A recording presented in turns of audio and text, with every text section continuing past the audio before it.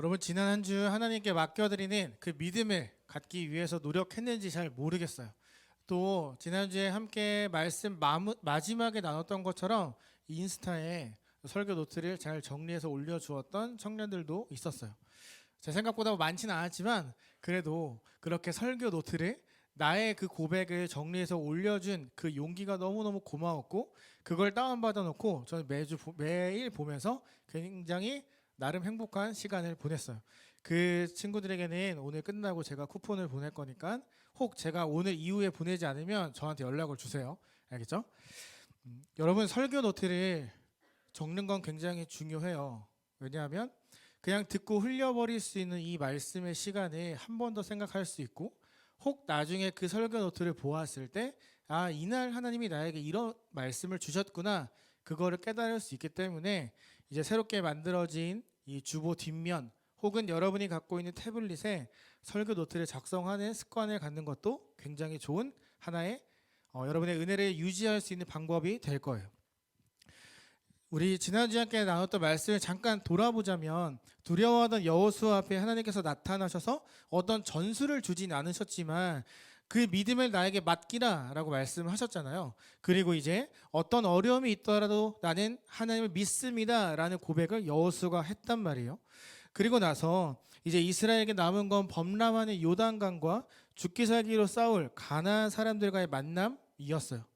하지만 그 모든 것들 앞에서 하나님을 믿습니다 라고 고백을 한 이 여호수아가 오늘 2장을 보면 굉장히 이상한 선택을 하고 있어요. 굉장히 강한 마음을 먹고 하나님께 모든 걸 맡기겠습니다 라고 고백한 이 여호수아가 이상한 선택을 합니다. 그게 뭐냐면, 지금 사흘 후에 요단강을 건너가기 위해 사람들이 이제 막 준비를 하려고 하는 그때 정탐꾼을 뽑기 시작한다는 거죠. 하나님께서 강하고 담대하라, 두려워하지 말라라고 하셨으면 정탐꾼이 필요가 없죠. 그냥 이제 준비해서 넘어가서 싸우면 되는 건데 여호수아가 지금 정탐꾼을 뽑고 있단 말이에요. 왜 여호수아가 정탐꾼을 뽑았을까요? 그 믿음이 또 흔들렸을까요? 하나님께서 분명히 말씀하셨는데 그래도 라고 하면서 의심이 생겨서 정탐꾼을 뽑았을까요? 아니, 진짜로 정탐꾼이 필요했을까요? 잘 생각해 보면 이 여호수아가 가나안 땅에 갔다 온 건 40년 전이었어요. 많은 것들이 바뀌었고 그때 모든 일들이 기억이 잘 나지 않았겠죠. 그래서 어쩌면 정탐꾼이 필요했을 수도 있어요.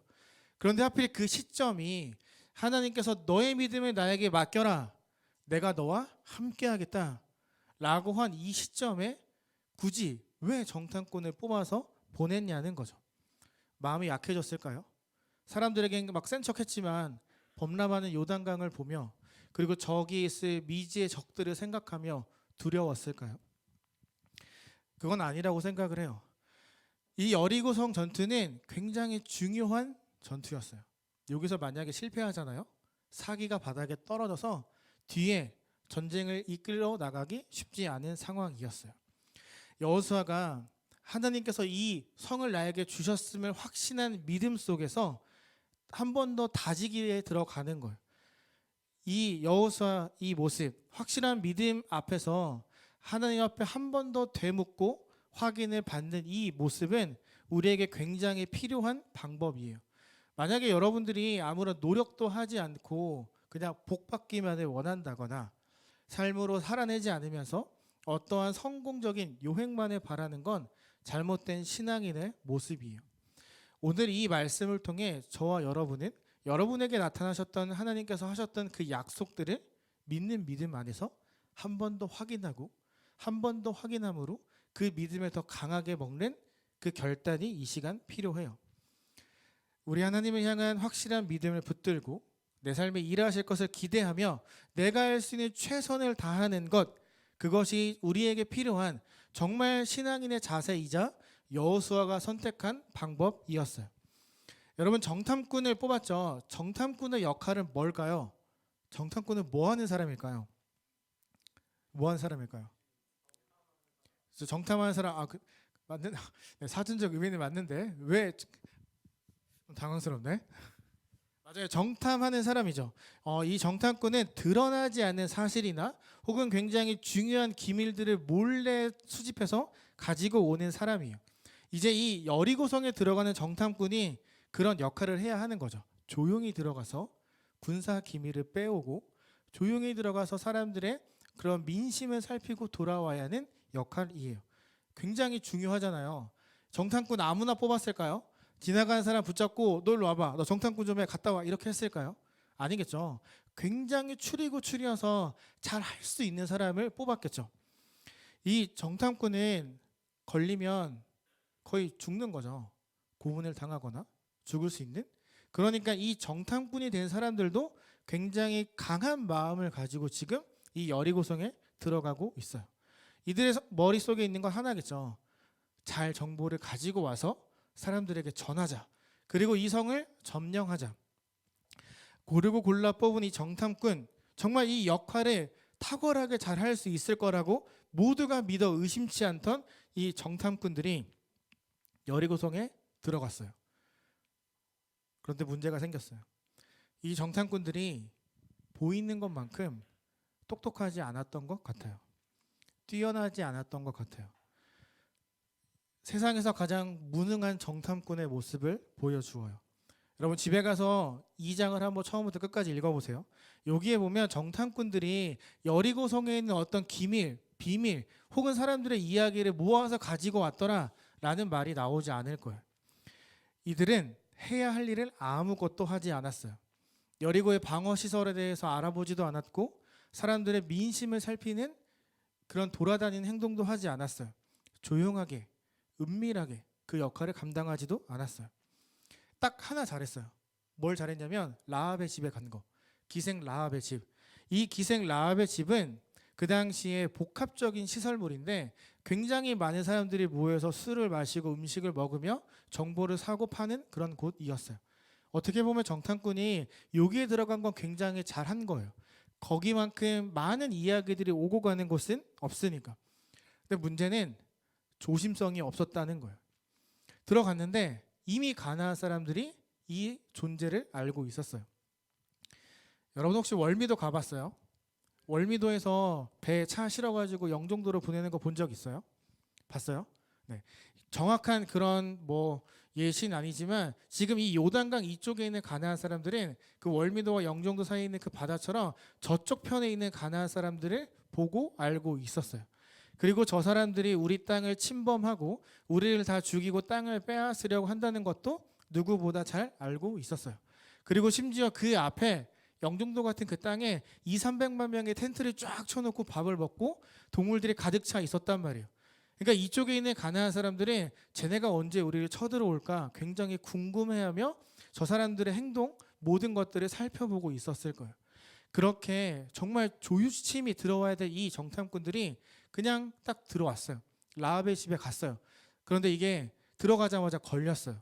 어떤 사람이 왕에게 가서 왕이여 라합의 집에 이스라엘 사람 몇 사람이 들어갔습니다 라고 이야기를 해요. 어떤 사람 수상한 사람이 들어갔습니다가 아니라 이스라엘 사람 몇이 들어갔습니다 라고 정확하게 이야기를 해요. 그러니까 실패한 거죠. 정탐꾼인데 다 들통난 거예요. 그냥 완전 망한 거죠. 어떤 행동도 할 수 없는. 그리고 나서 이제 사람을 보냈을 거 아니에요. 사람이 딱 찾아왔어요. 라합이 정탐꾼을 숨겨줬어요. 여러분이 정탐꾼이라면 이 상황에서 어떤 마음이었을 것 같은가요? 나는 지금 문 뒤에 숨어 있는데 나를 숨겨진 여자 앞에 있고 그 앞에 나를 잡으러 온 사람들이 있어요. 자 라합아 그 사람들 나에게 줄래? 라고 부드럽게 이야기하지 않았겠죠. 그 사람 내놔. 굉장히 강하고 막 거칠게 이야기했겠죠. 이 문 뒤에 숨겨져 있는 정탐꾼들은 굉장히 힘들었을 거예요. 이 라합을 언제 봤다고 믿겠어요. 라합이 막 무서워서 여기 뒤에 있어요. 이 한마디면 잡혀가서 끝나는 거잖아요. 정탐도 실패, 가족에게 돌아갈 수도 없고 그냥 모든 것들 고문당하면서 어쩌면 이스라엘의 그런 계획들을 이야기해야 될 수도 있겠죠. 지금 정말 절체절명의 순간이에요. 그 무엇도 믿을 수 없는 그 순간 라합이 이렇게 이야기를 해요. 갔습니다. 요단 나루터를 넘어서 벌써 떠났습니다. 그런데 여기서 이 관리들이 라합의 말을 듣고 그냥 바로 빠져나가요. 이것도 굉장히 이상하죠. 그 집을 수색하는 게 일반적인 생각의 우리 생각이잖아요. 왔는데 거짓말할지 누가 알아요? 거짓말하지 마 하면서 다 수색해야 되는데 하지 않는 거예요. 그 말 듣고 바로 주점을 나가서 요단 나루터까지 쫓아가요. 두 가지 가능성이 있었기 때문이에요. 첫 번째는 빠르게 이 땅을 둘러보고 갔다, 혹은 갔다 오는 길에 이 땅을 보겠구나. 그럼 가기 전에 잡아서 얘네들을 가두자. 이런 마음들이 그에게 있었던 거죠. 요단강 나루터로 막 가면서 관리들이 문을 걸어 잠궈버려요. 라합의 말을 믿긴 했지만 혹시 모르니까 나가지 못하도록 문을 걸어 잠근 거죠. 자, 여러분이 정탐꾼이라면 이 상황에서 어떤 행동을 할 수 있을까요? 도망 못 가요. 다 잡혔, 다 문 걸어 잠겨져 있으니까. 여러분이 정탐꾼이라면 이 상황 어떻게 받아들일래요? 완전 폭망이잖아요. 다 실패한 거예요. 진짜 그냥 다 모든 계획들이 무너져 버린 거예요. 그리고 라합이 이들에게 지붕으로 올라가라고 이야기를 하거든요. 이 지붕은 정확한 표현은 아니지만 다락방 같은 개념이에요. 막 물건들을 쌓아놓는 그런 곳에 들어가서 숨어 있는 거예요. 성문은 잠겼고 라합의 집에서 문을 열고 나가면 사람들이 알 것 같고, 그렇다고 여기에 계속 숨어 있을 수는 없고 아무것도 할 수 없는 사면초가의 상황에 빠진 거죠. 정탐 실패했어요. 완전히 무능하고 조심성 없던 정탐꾼들 때문에 실패했어요. 이제 목표는 하나죠. 정보 말고 내가 살아서 가족에게 돌아가는 것. 그거 외에는 이들에게 선택이 없는 거예요. 정탐꾼이 그 지붕에 숨어서 아무것도 하지 못하고 어떤 생각도 하지 못하고 있던 그때 정말 생각하지 못한 한 분이 일하기 시작했어요. 실패 앞에 낙담하고 있던 그들을 위해 일하고 계시는 분이 서서히 등장하기 시작을 해요. 아니, 어쩌면 처음부터 일하고 계셨는데 정탐꾼들이 미처 발견하지 못했던 그 존재가 드러나기 시작을 해요. 모두가 잊고 있던 그 존재, 여호와 하나님이 라합을 통해서 정탐꾼들에게 지금 이 순간 가장 필요한 말을 전달하기 시작을 해요. 여러분, 라합이 왜 이들을 숨겨줬을까요? 언제 봤다고 이 사람들을 자기의 목숨을 걸어가면서까지 숨겨주고 지켜준 걸까요? 왜? 성경을 보면 세 가지 이유가 있어요. 첫 번째, 이렇게 고백해요. 당신들의 신 여호와 하나님께서 이 가나안 땅을 너희에게 주셨다는 걸 나는 믿는다. 둘째, 그 소식이 들려온 순간부터 우리 가나안 사람들의 마음은 공포에 빠지기 시작했다. 셋째, 우리가 공포에 떠는 이유는 너희들의 신 여호와 하나님이 충분히 우리 땅을 너희에게 줄 수 있는 능력 있는 신이라는 걸 믿기 때문이다. 여러분, 이방인 이 라합은 하나님을 위해 예배를 드렸다거나 제사를 드렸다거나 혹은 제사장들이 설명해주는 하나님에 대해 배워본 적이 없는 사람이에요. 그런 라합이 이스라엘과 똑같은 신앙을 지금 고백하고 있는 거죠. 여러분, 지금 이 정탐꾼은 이 여호와 하나님께서 나를 위해 이 땅을 준비하셨다라는 걸 믿기까지 40년이라는 시간이 걸렸어요. 광야에서 돌고 돌면서 그제서야 이 땅을 나에게 주셨구나라는 확신을 가졌는데 40년이라는 생활도 해보지 않았던, 그리고 그냥 듣기만 했던 이 여인이 지금 이 두 정탐꾼보다 더한 하나님을 향한 믿음의 고백을 하고 있는 거죠. 멀리 떨어져 있었지만 이 여인의 귀에 여호와 하나님이라는 존재가 딱 들린 거죠. 여러분, 성경을 보면 이렇게 표현을 해요. 너희들의 하나님은 하늘과 땅을 다스리는 분이다. 이건 라합이 할 수 있는 고백이 아니에요. 라합의 집안과 라합이 평생 동안 믿어왔던 바알과 아세라 신은 그들의 관점에서 하늘과 땅을 다스리는 신이었어요. 그녀에게 있어서 신은 바알과 아세라밖에 없었어요.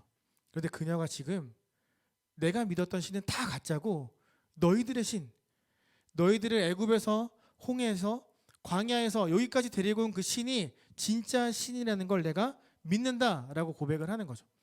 여러분, 이 당시의 전쟁에 강한 나라와 강한 나라의 싸움이 아니었어요. 누구의 신이 강하냐였어요. 내가 싸워서 이기면 내가 믿는 신이 강하고 네가 믿는 신은 하등한 신이었어요. 지금 라합이 가나안이 전쟁에서 이길 수 있는 확률이 굉장히 높은데도 불구하고 지금 우리는 졌다라고 이미 먼저 고백하고 있는 거예요. 내가 믿었던 신들, 내가 평생 동안 나의 모든 돈과 시간과 에너지와 모든 마음을 쏟았던 이 신, 가짜였고 난 한 번도 본 적 없지만 듣기만 했지만 너희들의 신이 진짜 신임을 내가 고백한다. 하늘과 땅을 다스리는 유일한 신이 여호와다라는 고백을 하고 있는 거죠. 여러분, 벌벌 떨고 있던 이 정탐꾼들이 라합의 이야기를 들었어요. 마음이 평안해지지 않았을까요? 굉장히 두렵잖아요. 지금 죽을 수밖에 없는 이 상황에서 이 여인이 너가 믿는 하나님을 나도 믿고 있어 라고 고백하는 거죠. 정탐꾼으로서 어떠한 정보 수집도 하지 못했고 심지어 골목도 거닐어 보지 못했어요. 들어오자마자 라합의 집에 들어갔는데 걸린 거예요. 죽기 일보 직전인 거죠. 성을 탈출할 수 있는 방법도 돌파구도 보이지 않아 정말 낙심하고 있었어요. 그랬던 그들에게 라합이 여호수아가 하나님께 받았던 말씀, 강하고 담대하라, 나는 하나님을 믿습니다 라는 이 고백을 처음 본 여인을 통해 이들이 듣고 있는 거예요. 라합의 고백을 들으면서 이 안정을 찾아가던 그들에게 라합이 이런 이야기를 해요. 정복전쟁이 시작될 때 우리 가족을 기억하고 살려달라. 그런데 증표를 주세요. 우리를 살려주겠다라는 약속의 증표를 나에게 주세요 라고 말해요. 여러분, 사실 라합도 하나님의 계획 안에선 그 땅에서 지워져야 하는 존재였어요. 그 땅에서 살지 않았던 것처럼 완전히 사라져야만 하는 존재였어요. 그런데 그녀가 지금 하나님을 향한 신앙을 고백했어요. 이 라합의 앞길엔 완벽한 멸망밖에 없었어요. 멸망. 그런데 그녀가 하나님 편에 서기를 결단하니까 앞으로 남은 모든 삶을 여호와 하나님과 함께 하기로 결정하니까 그 결과 그녀가 구원을 받게 된 거죠. 여러분, 한 가지 질문을 할게요. 이 출애굽 공동체, 요단강 저쪽에 있는 출애굽 공동체는 100% 이스라엘 사람이었을까요? 다 이스라엘 사람들만 있었을까요? 그랬을까요? 아니었을까요? 그렇죠. 잡족들이 따라 나왔다라고 성경은 이야기를 해요. 그런데 그 잡족, 선택받지 못한 백성들도 가나안 땅에 들어가서 하나님께서 예비하신 땅을 받게 되는 거예요. 같이 땅을 차지하게 되는 거죠. 이 이야기는 하나님은 오직 이스라엘 유대인에게만 소망을 주시는 분이 아니라는 거죠. 잡족이지만 그 선택받지 못한 백성이지만 하나님 편에 서기만 하면 구원과 복을 주겠다라고 말씀하시는 거죠. 성경을 쭉 읽어보면 이 이스라엘의 광야에서 사건 사고가 터질 때마다 중심에 섰던 사람들은 이 잡족들이었어요. 하나님을 향한 신앙을 갖고 있지 않던 이 잡족들을 통해서 사건 사고가 계속 일어났어요. 그런데 이들은 그렇게 문제를 많이 쳤어도 끝까지 광야의 시험을 견뎌냈어요. 40년 동안 여러 훈련을 받으면서 하나님 편에 섰어요. 그리고 그들도 라합처럼 하나님 편에 서기로 결심한 거죠. 그들은 그런 시간을 통해서 하나님을 받아들였지만 라합은 절대 아니었어요. 경험한 적도 없고 듣기만 했던, 어쩌면 소문에 부풀려진 그런 신에 대한 이야기였을 수 있지만 그 신을 향해 믿음을 고백하며 내 인생을 맡기기로 결심했어요. 정탐꾼들은 내가 모든 걸 망쳤다라는 절망감 속에, 극심한 불안감 속에 있었을 거예요. 그 조심성 없는 모습이 이런 결과로 나에게 찾아올 거라고 전혀 생각하지 못했어요. 아무것도 못했어요. 낙담했겠죠. 나 때문에 모든 것들이 끝났다. 실패했다. 그런 마음으로 가득 찼던 그 순간, 아무런 돌파구도 없어 보였던 그때, 어려운 순간에도 생각나지 않았던, 라합이 숨겨졌을 때 숨어서 하나님 도와주세요라고 기도조차 하지 못했던 이들을 위해 하나님이 일하기 시작했어요. 여러분, 정탐꾼들이 여기에 오기 직전에 들었던 말씀이 뭐였는 줄 아세요? 강하고 담대하라, 내가 너와 함께 할 것이다. 나의 말씀을 주야로 묵상하며 좌로나 우로나 치우치지 말라. 이건 정탐꾼들이 듣고 와야 될 말씀은 아니에요. 정탐꾼들에게 최소한 가서 조심히 행동하고 이런 정보를 가지고 와야 돼 라는 지령을 받아야지 가기 직전에 정탐꾼들에게 강하고 담대하라, 두려워하지 말라, 가서 말씀 묵상하고 좌우로 치우치지 마라, 이건 솔직히 정탐꾼들에게 필요한 말은 아니잖아요. 그냥 듣고 왔던 그 말이 지금 이 순간 깨달아지기 시작을 하는 거예요.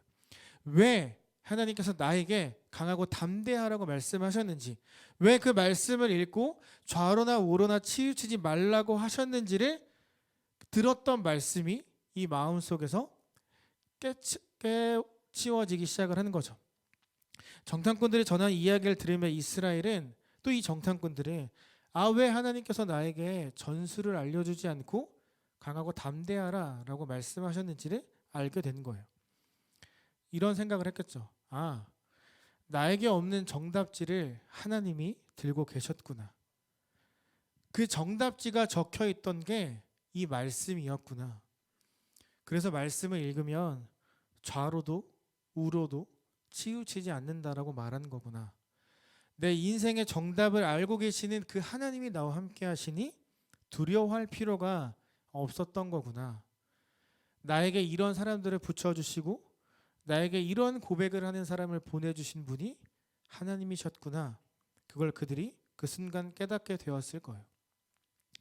여러분, 하나님은 그 시대의 이스라엘뿐만 아니라 지금을 살아가는 저와 여러분에게도 분명히 이런 마음을 갖고 주목하고 계실 거라고 생각해요.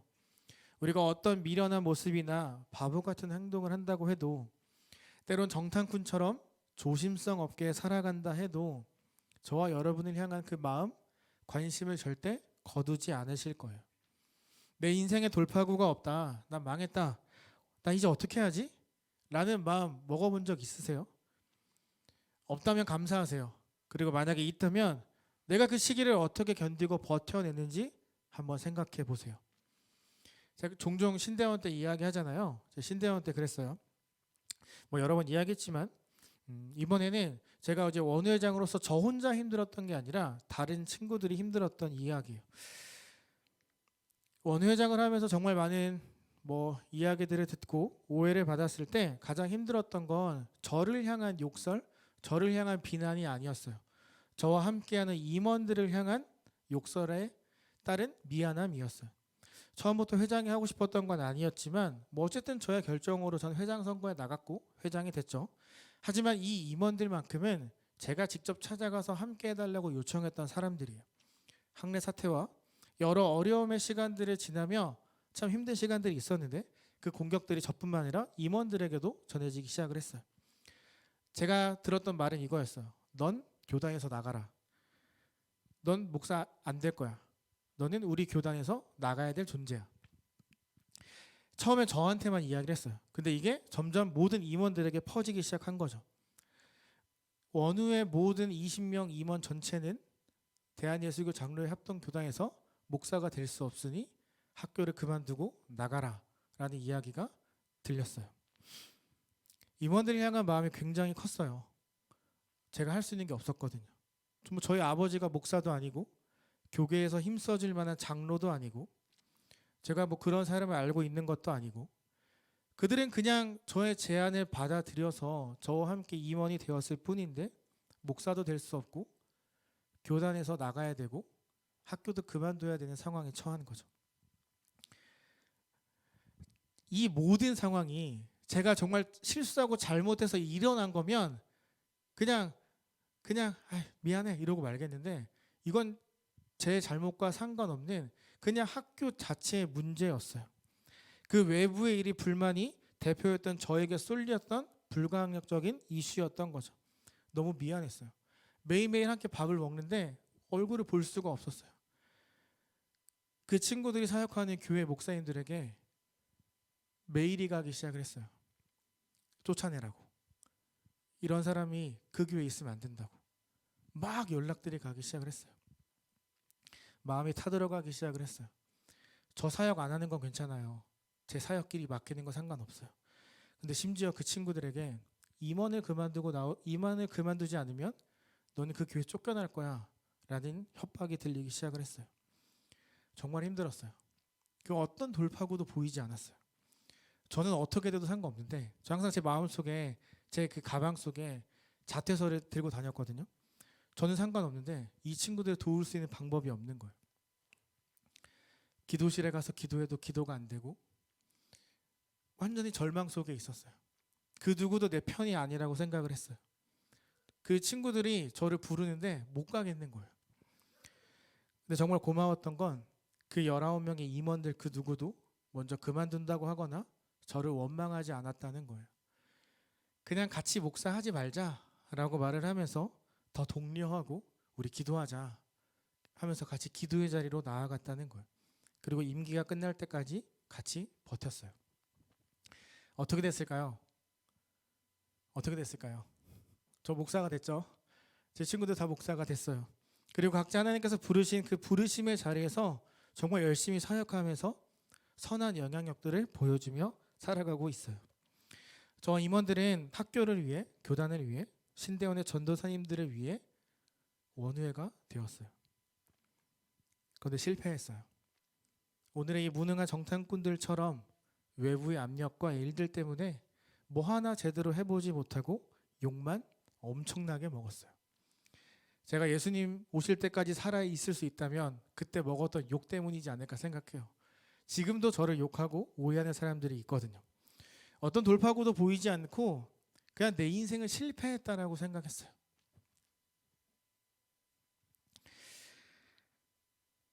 매일 우는 그 임원들을 보며 우리의 인생이 끝났다라고 생각을 했어요.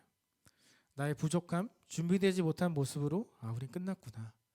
사역해보지도 못하고 우리의 길은 여기서 마지막이구나 라는 마음만 가득했어요.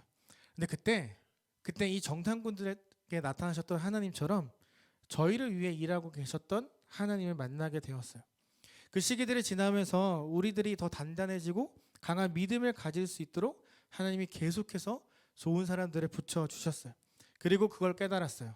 인간이 아무리 큰 힘과 권력을 갖고 나를 위협한다 할지라도 하나님이 나를 포기하지 않으시면 나는 이 길을 걸어갈 수 있는 거구나. 환경이 아무리 강하고 나의 마음을 짓누른다 해도 하나님이 나와 함께 하시면 이 환경은 아무것도 아니구나. 그걸 그때 깨닫게 되었어요.